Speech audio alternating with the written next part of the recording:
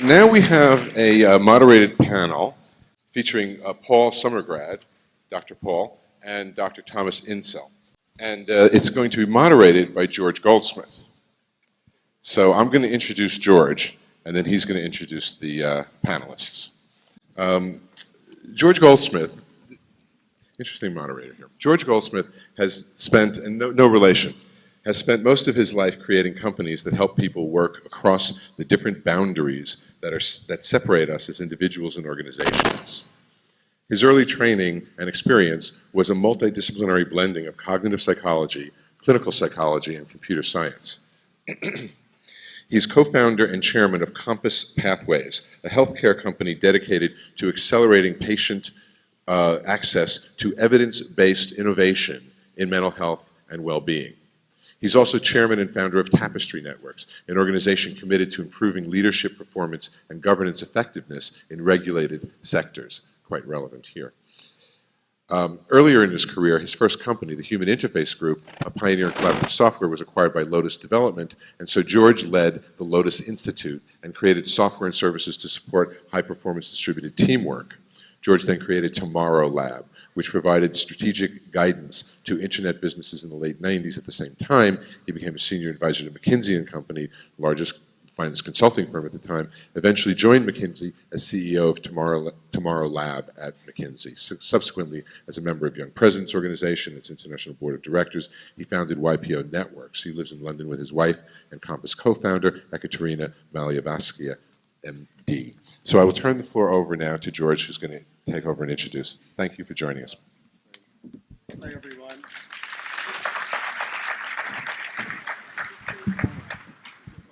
No, just a moment. Okay, we're using this one instead. Hi, everyone. So I'm really privileged to be joined by Tom Insel and Paul Summergrad today, and we'll introduce them in a moment.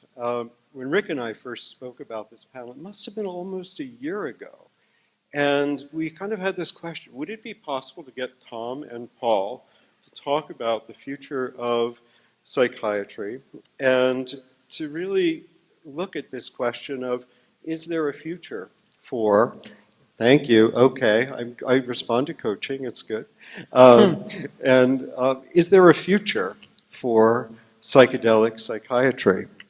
Actually, for the future of psychiatry. And of course, Rick being Rick, he said, well, actually we want this panel to be on the future of psychedelic psychiatry, and hence the name of the panel.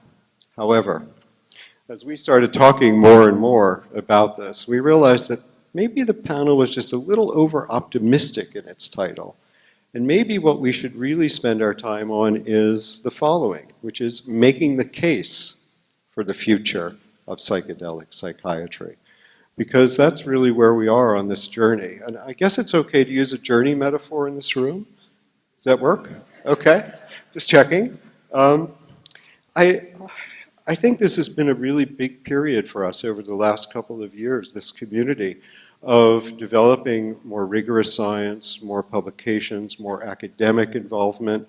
And we've started some conversations with regulators and governments across Europe, as others have been doing in the United States.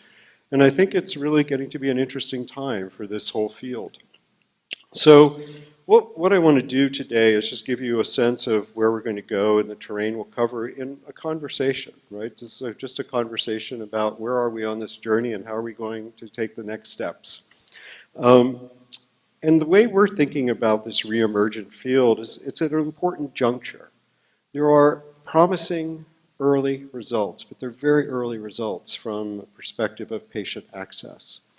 And they're done in relatively small studies. So now the question is, how do we go from relatively small studies with interesting signals to actually looking at what would be required to create a new path for patient care? And I think this is really, for those of us looking at how to provide patient access to these promising treatments, this is really what's next. And it's not for the faint-hearted. This is actually going to require a tremendous amount of rigor and focus. So the next step on this journey, and then I'll introduce Tom and Paul in the conversation, is really about not talking to ourselves as much as we talk to ourselves in this community. but actually to be engaging many others of regulators, governments, health economists, health systems, insurers, healthcare professionals, and most importantly, patients. And that's the next community that needs to actually be engaged here, because that's the path to making a difference that matters at scale. And so we'll spend some time about that today. So what are we doing today on this journey of the journey? We're going to start with an assessment and a little discussion about the burden of mental illness and really talk about the current state of affairs in that. We're then going to go look at some innovations, including psychedelic therapies, but not limited to psychedelic therapies. And then talk a bit about the next steps around funding, regulatory approvals, engaging practicing professionals. And then, of course, most importantly, we want to leave time for Q&A, since that's where the most value will probably come through interacting here. So I'm now finally going to get to introduce Tom and Paul. Tom Insel is a neuroscientist and psychiatrist who leads the mental health team at Verily, which used to be called Google Life Sciences in South San Francisco. From 2002 to 2015, Dr. Insel served as director of the National Institute of Mental Health, NIMH, the component of the National Institutes of Health committed to research on mental disorders. In that role, he also served as chair of the Interagency Autism Coordinating Committee, as well as co-lead of the NIH Brain Initiative. Prior to serving as the NIMH director, Dr. Insel was professor of psychiatry at Emory University, where he was founding director of the Center for Behavioral Neuroscience and the director of the Yerkes Regional Primate Center in Atlanta. Dr. Insel's research has examined the neural basis of complex social behaviors, including maternal care and attachment.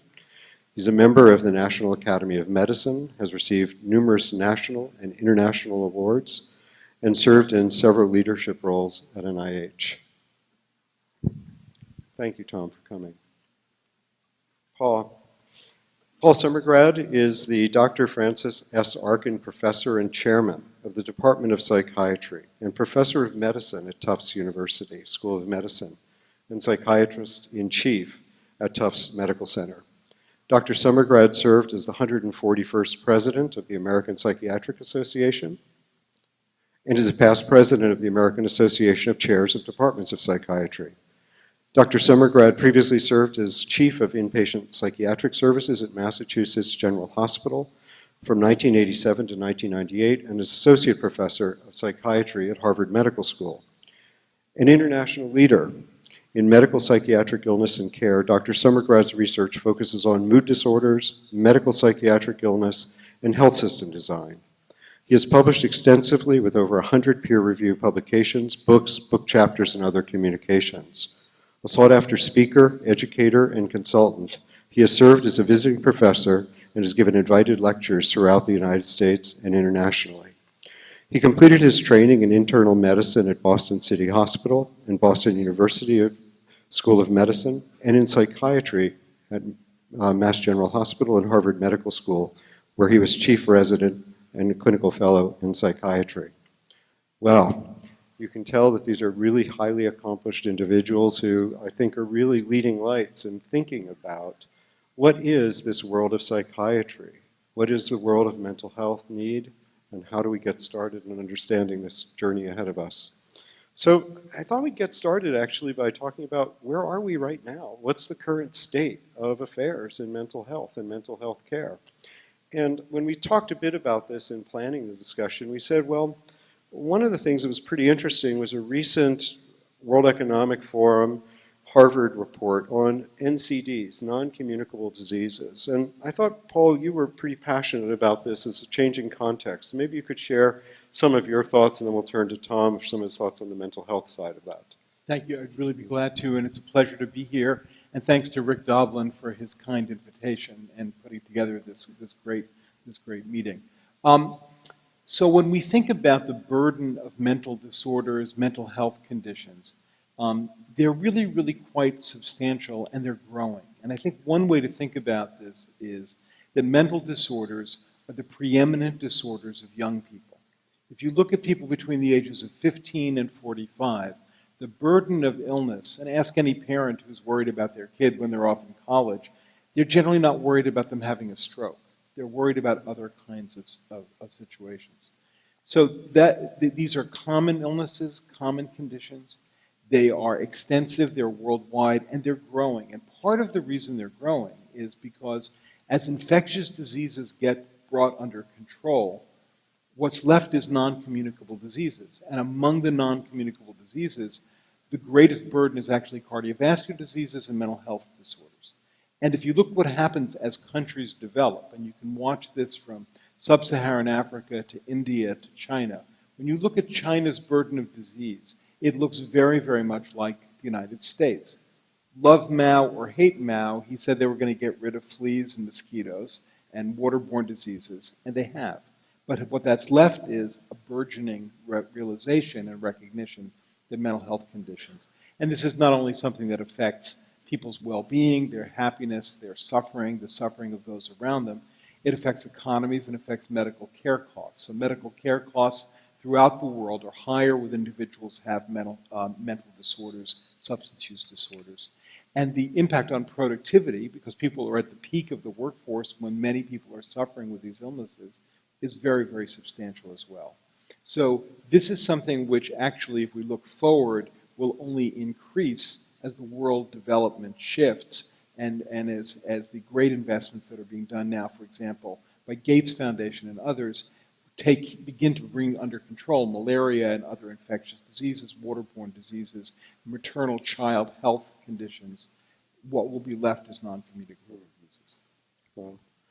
Tom, how does that manifest in terms of mental health specifically, and what are you seeing in terms of some of the situations? So let me build a little bit on Paul's thesis, because I think it's important to frame this from where we've come from to understand where we are now. The last 4 or 5 decades have really been a remarkable time for biomedical advances. It's really extraordinary. Then, if you think about the diseases I dealt with as a medical student and physician in the 70s, many of those are just no longer on the map. It's kind of amazing. Many of the infectious diseases of childhood are now quite rare. Even cardiovascular disease, which was the largest killer at that time, mortality is down 63% over the last 40 to 50 years. We've had epidemics like HIV come and essentially go. There's just been extraordinary progress in so many areas in medicine. And then you look at psychiatry, and you have this really interesting kind of discontinuity. On the one hand, all of us in this field have had the experience that we can be very helpful to some people. We have medications that have emerged almost as a revolution.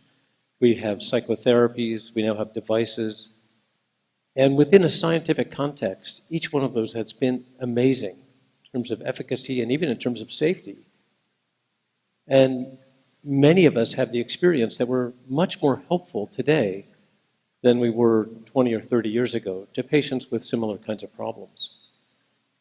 And yet the data don't support that. The suicide rate is higher now, or trending higher, than it was 10, 20, 30, 40 years ago. As Paul mentioned, measures of morbidity as opposed to mortality are actually higher, not lower.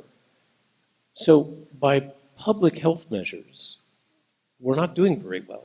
And yet, it seems like there ought to be the opportunity to bend the curve because we've got lots of tools that are available to us. So why is that? What's the problem? And I think there are several explanations. We may never really completely solve this, but at least one of the problems is that so many of the people who have the disorders that we care about, schizophrenia, depression, bipolar disorder, PTSD, which you've heard about this afternoon, the ones that contribute to the morbidity and mortality we're talking about, those people are not in care. And at least one of the reasons for that is that what we're offering is not what they want. What we're selling, that's not what they're buying. There are other reasons as well. These disorders by themselves often preclude treatment. People don't feel like they deserve treatment. There are a bunch of issues that come with this. But unlike the case with cancer, heart disease, diabetes, and many other medical problems, we still have this issue that over 60%, or about 60% of the people with the illnesses are not in care. And when they do get into care, it's at stage 4.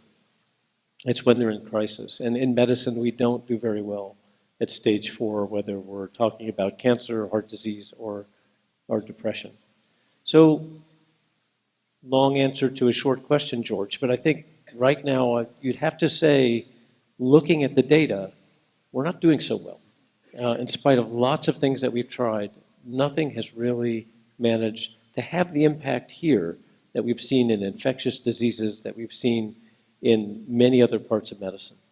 It's really interesting you say that, Tom, and I think this is a really good introduction just around the burden and the unmet need that we have.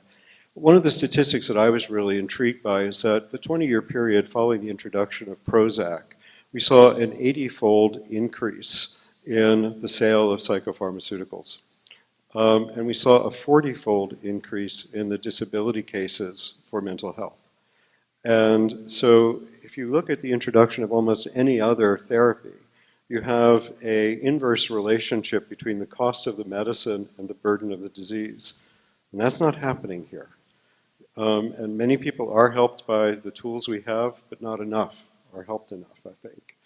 So I guess let's shift a little bit. That gives us a sense of the broader context. But what are some of the big challenges? Why is this paucity, this innovation not taking place as much in this area? What's driving that? And I just need you to reflect on some of the challenges. Let me mention 2 areas that are very different. And and agree with Tom. I mean, that we certainly have seen the introduction of lots of treatments, compounds, psychotherapies that are effective. But if we look at it from a public health standpoint, it certainly has not moved the kind of indicators that we need to see move. Nor, for example, has it really helped to reduce the early mortality of individuals, particularly with serious psychiatric illness, about 60% of which is due to other comorbid medical illnesses that are not getting the appropriate care. I mean, we wouldn't tolerate having people die 15 years younger than their age-matched controls in most other kinds of situations. And we certainly wouldn't tolerate the kinds of backups in emergency rooms we see, not just in the United States, but in the UK, even with the National Health Service, for people needing psychiatric care. So one piece of this is related to stigma. And stigma is a kind of shorthand, I think, for a couple of issues.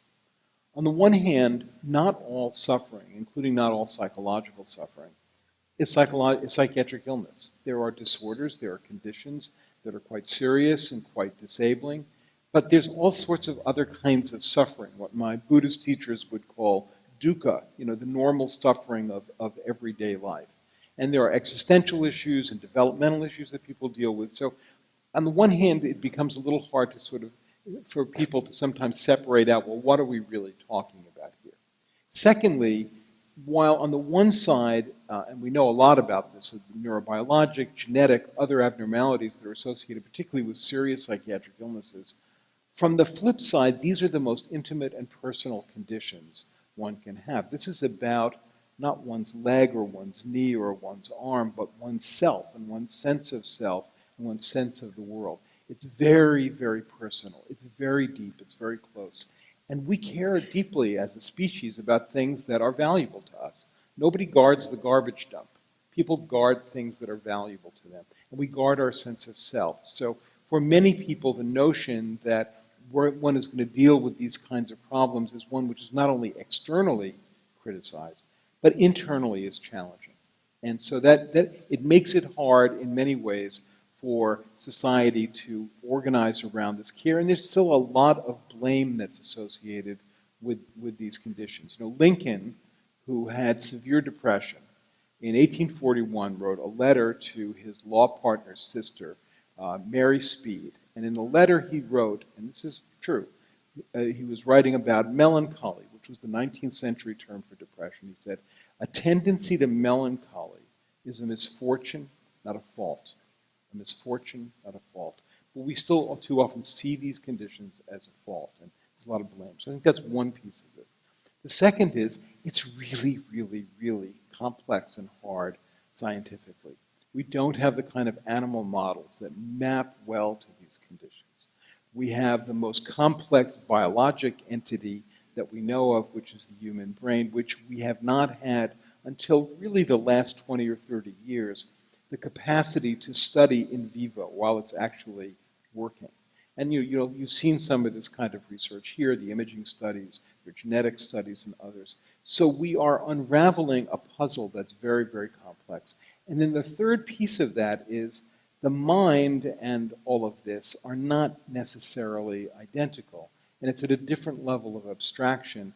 And until we have models that really help us understand how the brain gives rise to consciousness and to the mind, what its relationship is, and how these things bring forward what we consider various forms of illness, it's really hard to have the kind of precision that we have in cancer or cardiovascular or other illnesses. So part of this is just, this is really, really tough science. And I think it's important that we remember that.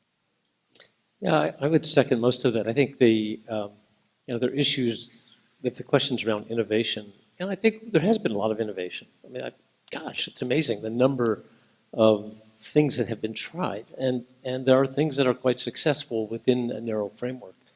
What strikes me about the last 20 or 30 years of discovery and innovation, at least down the therapeutic side in psychiatry, and what is refreshing about being here is that most of what people do on the therapeutic side is incredibly fragmented. You get medication, or you get psychotherapy, or now the whole thing is to use devices. In diabetes, we're a little smarter about that. We actually put all this stuff together, and we make sure that there's a kind of integrated care plan. Because in diabetes, we think, oh, it's kind of complicated. The pancreas isn't that simple. It's not as simple as the brain, where you can just throw a pill at it and suddenly everything is fine. So we need to wake up to the idea, as Paul was just suggesting, that the complexity here is going to demand a networked approach, a comprehensive approach, that the idea that there's going to be a magic bullet, whether that is Prozac or MDMA, forget about it. It's not going to work that way. And the idea that there's going to be a magic interpretation or magic psychotherapy, as much as we might hope that would happen, I think our history says that's probably just not the way we're going to bend the curve. But putting these things together in a strategic way, and I'm really impressed, actually, by the approach here. People don't say simply, we're going to give psychedelics. They talk about psychedelic-assisted psychotherapy. I've never heard anybody talk about antidepressant-assisted psychotherapy. I've never heard anybody even talk about ketamine-assisted psychotherapy. This is really interesting, and I think it's a really novel approach to trying to get at a way to actually have a bigger impact by saying, let's knit some of this together and do it in a way that borrows the power of powerful medication experience with a chance to learn skills and a chance to develop connections, and then to be able to integrate that to really make a change in somebody's life.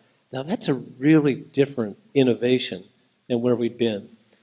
The question I have for you, George, is how do you get that through a regulatory pipeline? What would the FDA say about this, or EMA? I mean, they won't even touch psychotherapy alone.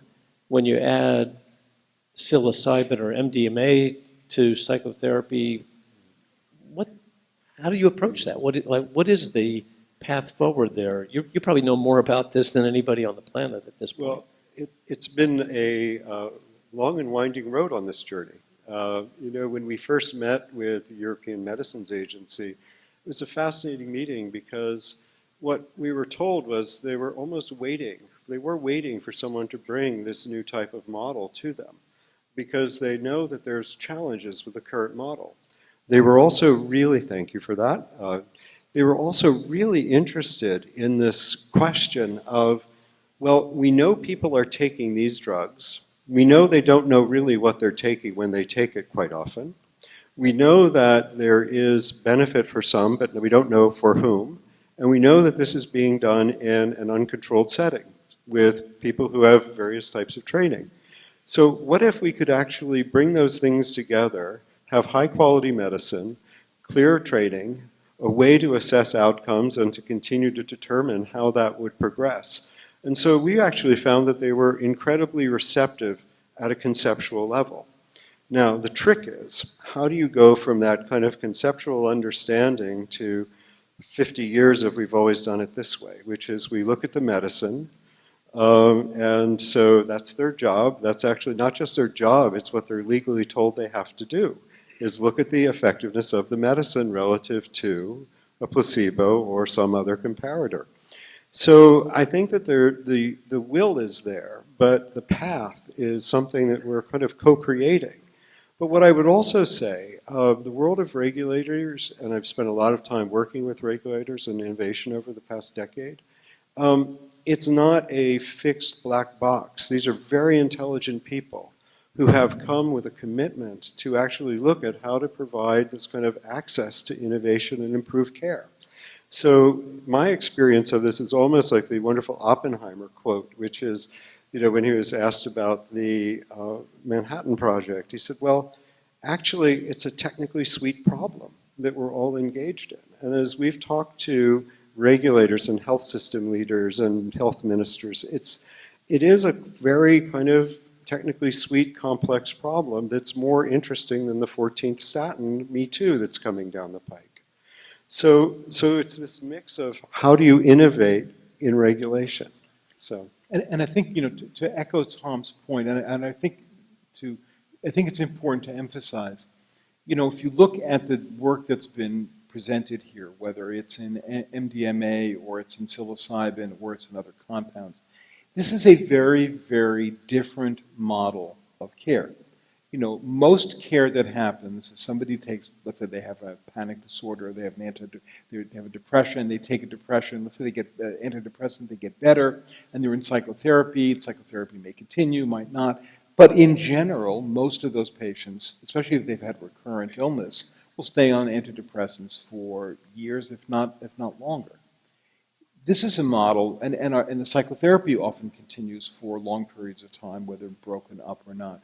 This is a much more intensive and different kind of model. It's several sessions, maybe even just one session with preparation that's psychotherapeutically built around it. And you think of it in some sense, and I think the word journey is a good journey. It's a kind of very intense journey where you're taking compounds that, again, lots that we don't know, but certainly change the fluidity of certain kinds of mental states, or the balance of certain kinds of mental states, and make certain kinds of mental capacities or parts of oneself accessible. And it allows an intensive kind of work that we ordinarily don't see. I mean, the only other places where you could get work like this in the old days was psychoanalysis, sometimes certain kinds of group psychotherapy, or when people were still allowed to be hospitalized to be able to come off of their medications and to see what was actually going on with them, which is something you can't really do anymore. So this is very different, and it's going to require a different way of thinking about it. And I think that's what's really appealing for folks, because for a lot of the regulators and health system people is how can we have a different model with a different safety profile, a different way of approaching it, but also, most critically, a model that scales. That when you start looking at the scope of this problem that's here, the scope of the opportunity to reduce suffering, it's huge. And how do we develop that? And I guess, Tom, I was curious, you were at NIMH for 13 years as leader of that. And then you went out here, you came to Silicon Valley and Google, and I was just wondering, how did that kind of coming from that world in Washington to this world of Silicon Valley and thinking about scale and innovation and caring, how did that motivate you? And what are you seeing in terms of addressing the scale of the problem? Well, part of it is going from what the government can do to what can be done in the private sector. And I'm just coming from the March for Science, which was a pretty big day for us. We had... And the first speaker at the March for Science. Yeah, I think it was the biggest audience I've ever spoken to. 30,000 people. It was pretty good. And we had, but it was one of 610 marches like this around the world. So This is Earth Day. It's a day to speak up and stand up for science. Pretty exciting. I think a real question for us is really how much the government is able to do here. What's the role of government? What's the role of the private sector? We're in this very interesting moment where clearly federal support is almost certainly going to begin to decrease. And my hope is that with more and more scientists coming to places like Apple, Google, Microsoft, Intel, many of the companies that are not too far away from us right here, there'll be an opportunity to do great science in those places and to actually contribute in important ways. Sure, they're private sector companies. They care a lot about profit. They also honestly do care about getting it right and doing great science, and particularly in areas like machine learning and informatics. They're really, probably more than anyone anywhere, pushing the envelope on how we address big data and turn data into information. For me, as somebody interested in the problem we're dealing with here, with depression and PTSD and anxiety and psychotic illnesses, it was an opportunity to shift from the world of supporting academics in their quest to find new treatments and to figure out if there's a way that we could engage technology to go at scale to make sure there's better access to current treatments. Because I really began to feel that we had to rethink this. And in a most sort of grandiose way, when you look at what's happened in the world we live in today, where the largest purveyor of hotel rooms actually owns no rooms, owns no hotels, Airbnb. Uber has no cars. Alibaba and Amazon have actually no inventory. I mean, we're in a really interesting world. Facebook, for all of its power, has actually no content that it produces until the last few months. So it's a really interesting question about whether there's a new mental health care system that could be developed that would not really have the bricks and mortar world that we've kind of been so wedded to. So coming here was a chance to rethink this and maybe to think that some of the innovation that we need is in the way that we provide access to information, the way that we can provide care at scale, the way we can actually empower people to help each other rather than buying into a more, let's say, paternalistic system that we have now, which is you go on the schedule that your therapist can provide. In this case, we could have a world in which people support each other with agency, in a way that they prefer on their own time frame. And so it's early days. I don't know if that's going to work here, and I don't know exactly how it interfaces with the world that we're talking about here, which is using new medicines along with psychotherapy. But I do think one of the things we can do is to help improve the quality of psychotherapy by standardizing interventions, by helping people to share their experiences in a way that's global, and that we can begin to provide supports for people not just in Marin or Berkeley or Boston, but in Bangalore and Kenya and globally, where these are really not first world problems. And I think as a community, we've got to start challenging ourselves to help people really around the world and not just in the most prosperous areas where we live.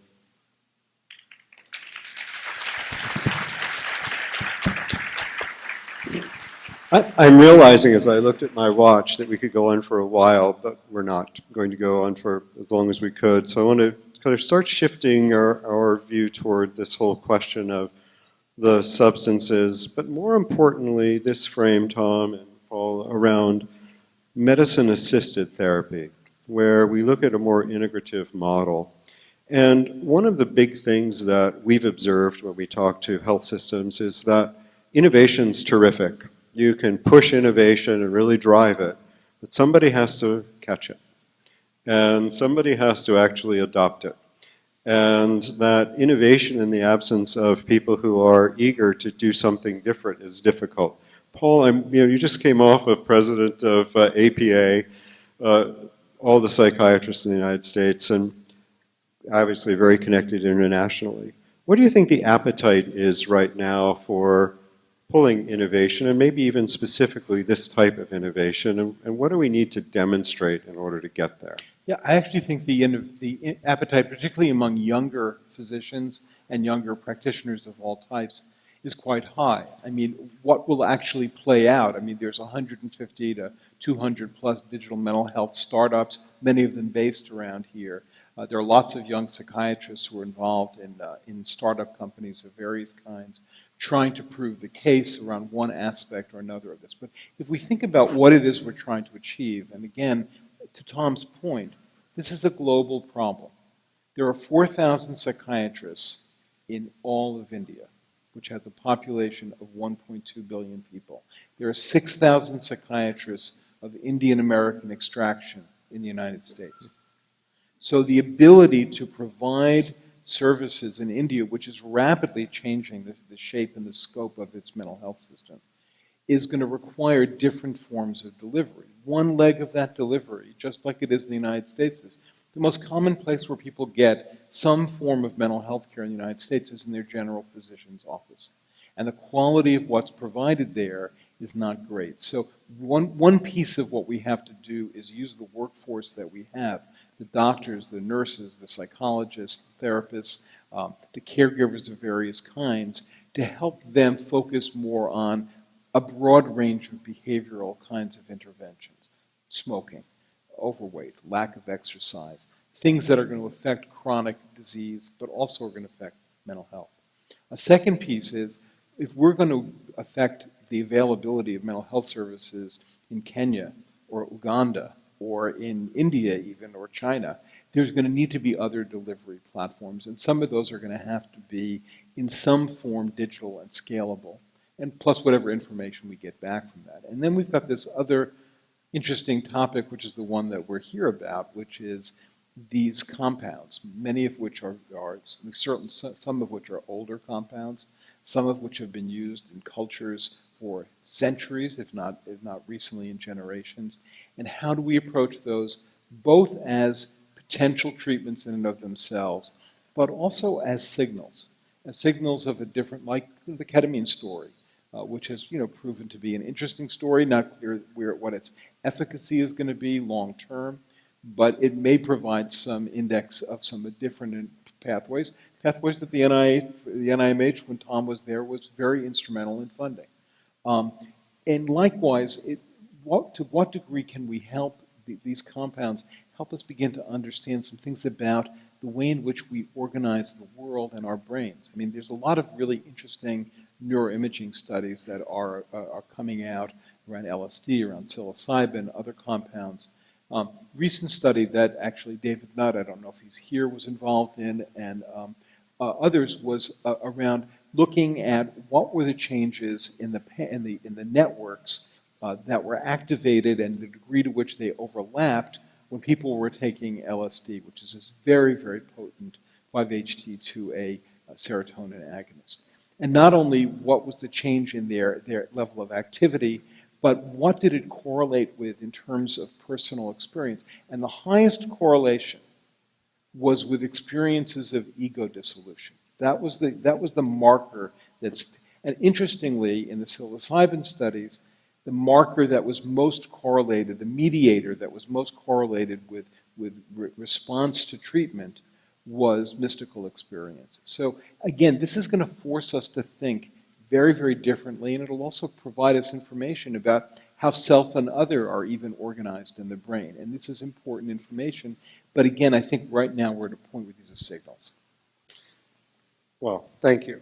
Tom, I think we're going to start wrapping up, because this is promised to be out of here or at least wheels up around 6:45. So I think I'd like you to reflect, Tom, you've looked at the research, and I'll ask the same question to you, Paul, in a minute.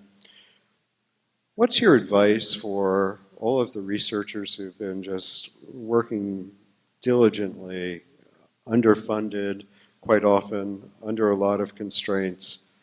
But if we're getting to patients in this new world of integrated care, what's that next step look like? What does this group of researchers and donors and scientists need to really focus on? Well, I'd go back to your first comment, George, when you introduced this, that this is a journey and we're in the earliest phases. I often conceptualize this as being in the first chapter of what's likely to be a 10-chapter book. And the scaling problem that we're talking about is kind of in the second half of the book. The first half of the book, the first thing you want to make sure is, and what I feel most strongly I'd want to say to this audience is, don't screw it up, right? So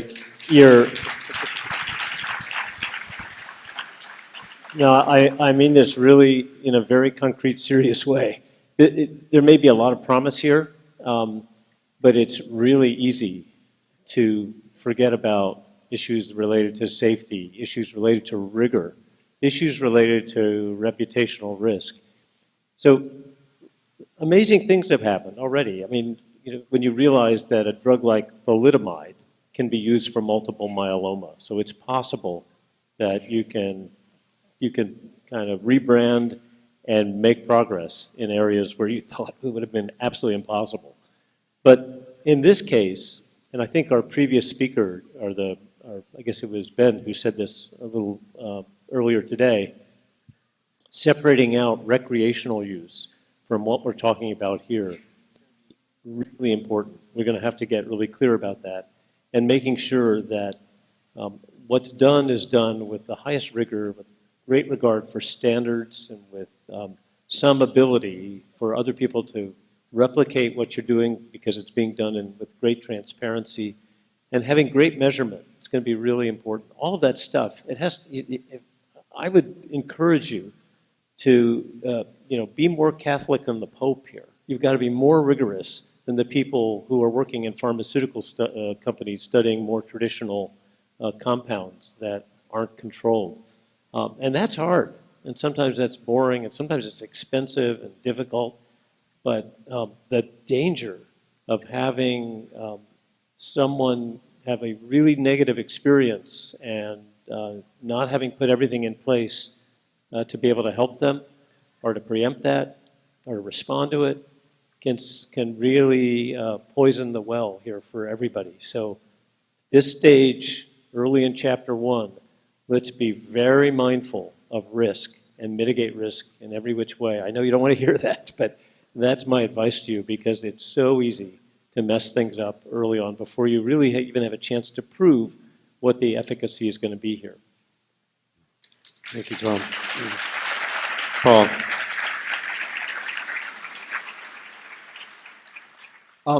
This is hard work to do even under the best of circumstances. And if you look even at pharmaceutical-related clinical trials, patients are highly selected. They don't look like the average patient that you see in the real world. Even when we look at the studies that people have reported here, there's lots of exclusion criteria. The very interesting psilocybin studies that were just published in the Journal of Psychopharmacology, many of those individuals were highly selected, and they had lots of exclusion criteria, and also had a fair number of cohort with previous psychedelic experience. So again, blinding this is going to be very, very difficult. The role of psychotherapy is going to be something that we have to think about carefully. And so doing all of this as precisely as we can, especially because these drugs have a history which they may or may not deserve, but they have been put in a certain kind of category.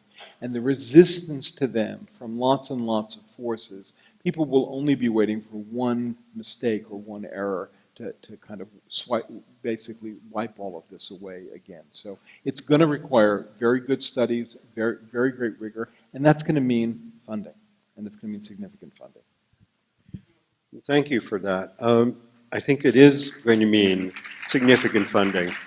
And I think the way to get that is actually to be playing the game in the best possible way, in a way that we learn from best practice in pharmaceutical industry, which may sound like an oxymoron for some people in this audience, but in fact, it's looking at how do we do studies effectively at scale. That's really what's next. I'm very pleased to say that our experience in Europe, at least, is that regulators, payers, health technology agencies are all really actively engaged in how do we solve this burden that we talked about at the beginning. They're open for business to have good, engaged conversations, and they've been providing amazing advice. It's been very practical and effective. So now it's just a matter of doing the homework, getting the funding and going forward. So thank you so much for this discussion.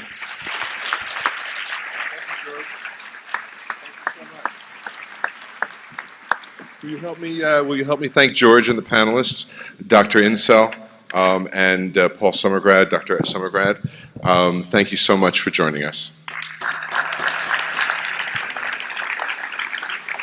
I want to remind everybody that banquet doors open at 7 p.m. The celebration tonight starts at 8. Tomorrow morning, 9 a.m., Albert Garcia Ramo, Johns Hopkins team on optimizing psychedelic dosing. See you there. Have a nice night tonight.